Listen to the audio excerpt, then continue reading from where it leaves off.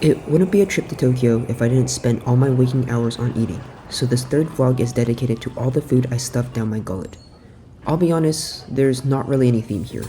It's just a video salad of random stuff I ate in Tokyo, sans coffee and sweets. Think of this as a pseudo TikTok Instagram reel compilation of random episodic meals, but filmed horizontally and all narrated by that same weird annoying guy. Okay, buckle in cause we're going all over the place with this one. Let's get started. When we landed in Tokyo, the first meal we had was at a beef tongue restaurant, Morinomiyako TASUKE. To kick things off, a non-alcoholic beer. It came with a label saying, "This product is not beer," so obviously it was brewed by Rene Magritte. Please let me know if you get this reference. It went straight over the heads of everyone I asked and I need some validation. I got one of their lunch teishokus, or set meals, and what I really like about these is the presentation on a tray. It makes the meal feel like a feast with all the components, and you get to hop from dish to dish and stay excited the entire meal. The star of the show is grilled tongue, seasoned lightly with just salt. I thought this was supposed to be Japanese beef tongue, but it tasted pretty French to me. Off to the side in a mini donabe pot is a dark and hearty beef tongue stew. There's white button mushrooms and chunks of tender braised tongue that when placed on rice and lathered in that brown sauce makes my own tongue fall apart with its deliciousness. But my favorite part is the clear oxtail soup that warms your bones and has such a clean taste that's punched up with skinny strings of scallion. After making out with this meal, I'm ashamed to say we did a little two-timing and went to another tongue restaurant this trip. We were feeling pretty saucy, so we found the second restaurant, Sen Rikyu in the Ginza Novo department store. First, a cheeky Japanese beer and highball, cause though it's noon here, it's 5 o'clock somewhere. This time, I got the grilled beef tongue set with sukiyaki. The sukiyaki sat on a mini stovetop and sputtered like a getaway car in a horror movie. It was full of veggies, tofus, udon, and of course, beef. This came with a raw egg that I gave a quick beating to dip the beef and coat it in that cool and silky yolk. I traded tongues with the other set we got to compare the basic and premium versions. While both tasty, the premium version was thicker and retained its rosy pink center and was worth the upgrade. And over in the corner sat a mossy rock, mochi dusted with matcha powder and stuffed with red bean and cream. A nice touch to include a sweet bite at the end. While we were in Omotesando doing a little window shopping, we got pretty peckish and came across this Korean barbecue restaurant called Wasedaya. The pictures outside and lunch sets were appealing, so we took a seat and were quickly flooded with panchan that flooded the table. We really couldn't get enough tongue this trip, so let's finish the hat trick and throw tongue number 3 onto the grill. This time, it's thick-cut Australian tongue seasoned with salt and pepper and a squeeze of lemon. After a quick smooch with the flames, the grill etched a lovely checkerboard pattern that revealed itself after a flip. Next up, some premium black Wagyu kalbi. It was doused with tare sauce, which after hitting the grill elicited ear-piercingly loud sizzles that sounded like a meat exorcism. With marbling like this, it looked like the total of the land, and I was tempted to eat it sashimi style. Fortunately, this didn't take too long on the grill in my effort not to overcook it. To wrap up the grill, this is the LA Kalbi lunch set. Usually, this is one of my favorite things to get at KBBQ, but maybe I messed up the grilling or it was just unfair having this after the previous melt-in-your-mouth Kalbi, but it was on the tougher side. Almost sort of like a meat chewing gum. The flavor was good, but just quite a jaw workout. Oh yeah, there were a couple other things on the side. A cold buckwheat noodle soup and the bulgogi set, paired with a fresh, steaming pot of rice and some seaweed wraps we assembled that were yummy one-biters. After the damage was done, we left full and happy, and headed off obviously to our next meal.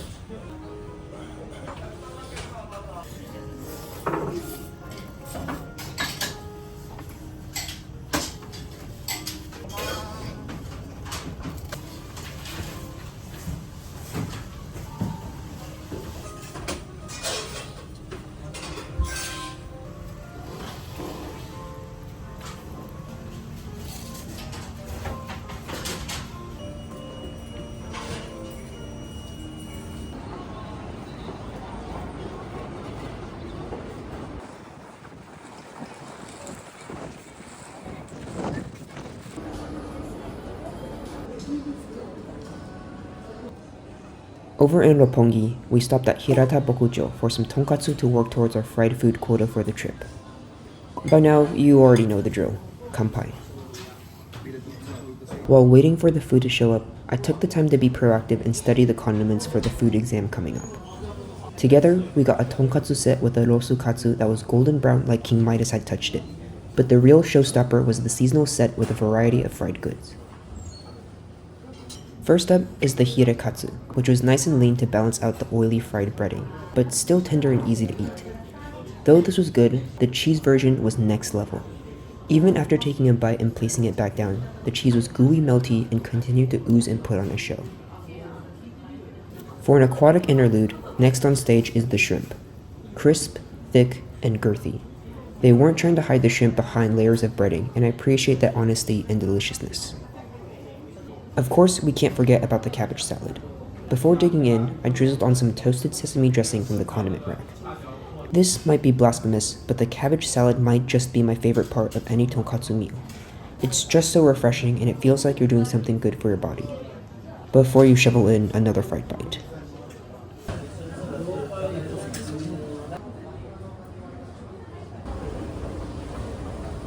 And to make sure we wouldn't starve after the arduous 30-minute subway ride home, we got some goodies to go. A katsu sendo that would have been perfect for picnicking, a creamy croquette, and a hamburger steak smothered in a demi-glazed sauce with a plastic sheet of lettuce and some potatoes.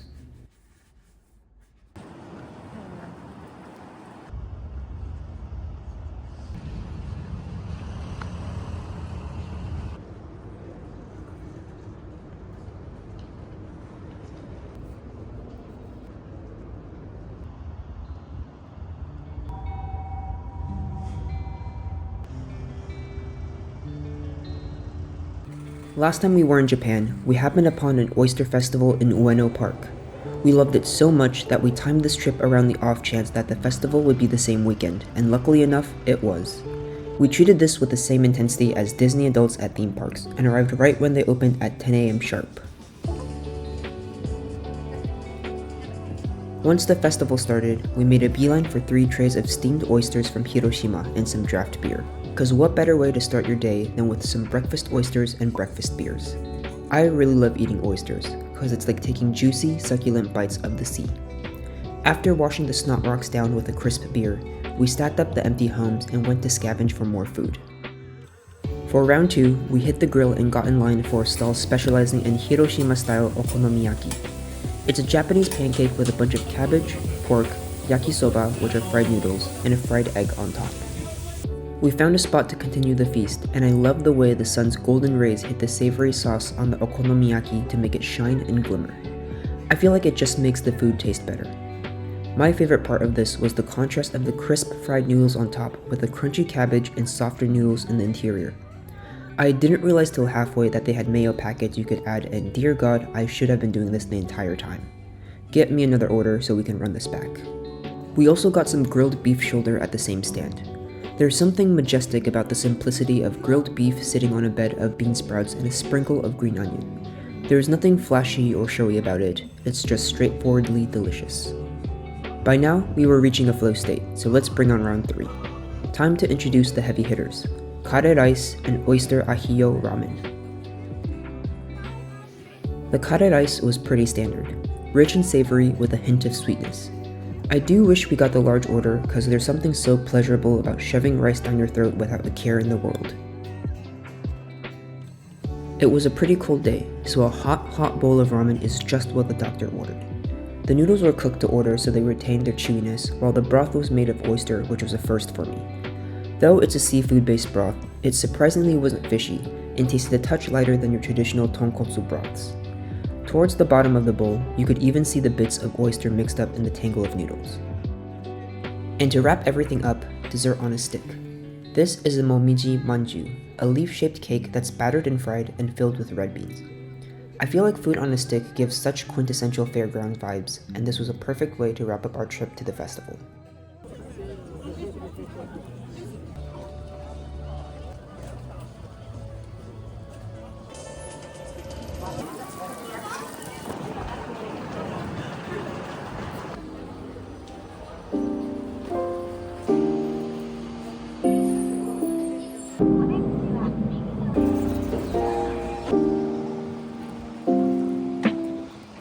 We passed by Shinpachi Shokudō, a grilled fish set meal restaurant that piqued our interest. Ordering was done at our seat with these little iPads, but the lack of Subway surfers made it hard to focus on the menu. I, for some reason that baffles me to this day, decided to get grilled beef at the grilled fish restaurant. It was fine, but come on dude, get it together.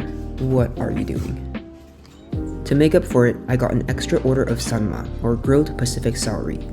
And if you know anything about this fish, you'll know I've jumped straight into the deep end, and I apologize in advance for the massacre you're about to see.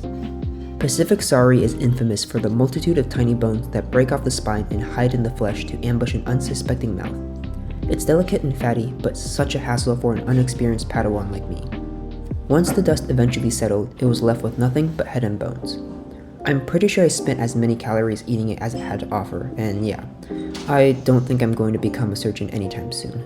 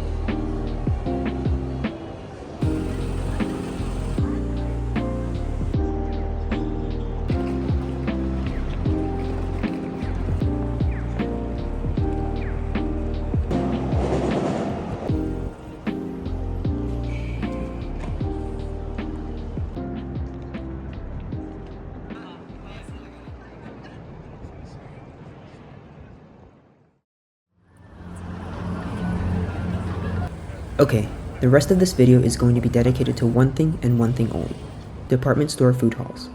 In the lower levels of most department stores, there are labyrinths of kiosks and stands that sell prepared food, not to mention a fully stocked supermarket with sushi and sashimi. We came here with metronomic regularity that was borderline embarrassing to stock up on food to enjoy from the comfort of our room, so here's all the things we got. For the first round, the stars of the show were sushi and skewers. I'm a pretty big sucker for sushi from department store supermarkets, especially since there's usually a hefty discount towards the end of the day. The variety can get pretty luxe as well. It's not just your standard tuna and salmon rolls in each box. There's otoro and chutoro, uni and ikura, snow crab and ebi. I love getting yakitori, or skewers, because it's a convenient finger food without having to get your hands dirty.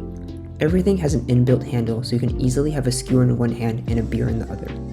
They were divided into two categories: shio or salt season, and tare or syrupy soy sauce glaze. Starting off is the honjiri or chicken tail, which is fatty and cartilaginous. Next to it, the stark one is the gizzard. I'll be completely honest, I don't have the foggiest recollection what the skewer was. And finally, tebasaki or chicken wings. I usually shy away from the wings because the bones get in the way of munching, but that's just me being lazy. For the tare seasoned skewers, we got the tsukune, or chicken meatballs, which are juicy and springy. Next to that, chicken liver, that went well with some fava beans and a nice chianti. And for something more substantial, a bento box.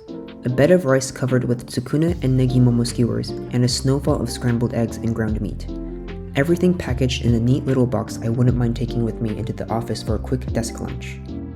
In a flaccid attempt to eat somewhat healthily, we also got some fruit: oranges and strawberries. I've always heard about the super fancy strawberries that are beautifully packaged and meant as gifts, so we wanted to try a tray. I'd say the biggest difference is the burst of aroma that fills your nose when you take a bite. It tasted and smelled more fragrant than a typical strawberry, but then again, maybe it's just a placebo effect. As for the oranges, they were oranges. Not much to say there. For our second food hall, we let go of the reins a bit and got more variety. We've already gone through the whole song and dance about sushi and sashimi, so I'll do us all a favor and shut the old trap up so we can appreciate its beauty.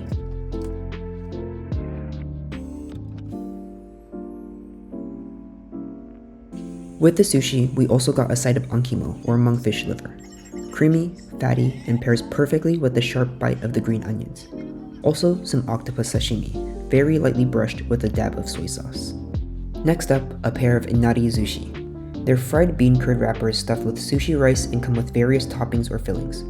The one on the left was stuffed with mentaiko or pollock roe, while its neighbor was topped with tamago and unagi, or egg and eel, double E. This was a hefty lad and quite a mouthful, but I loved the combination of sweetness from the glaze on the eel to the tamago to the bean curd itself.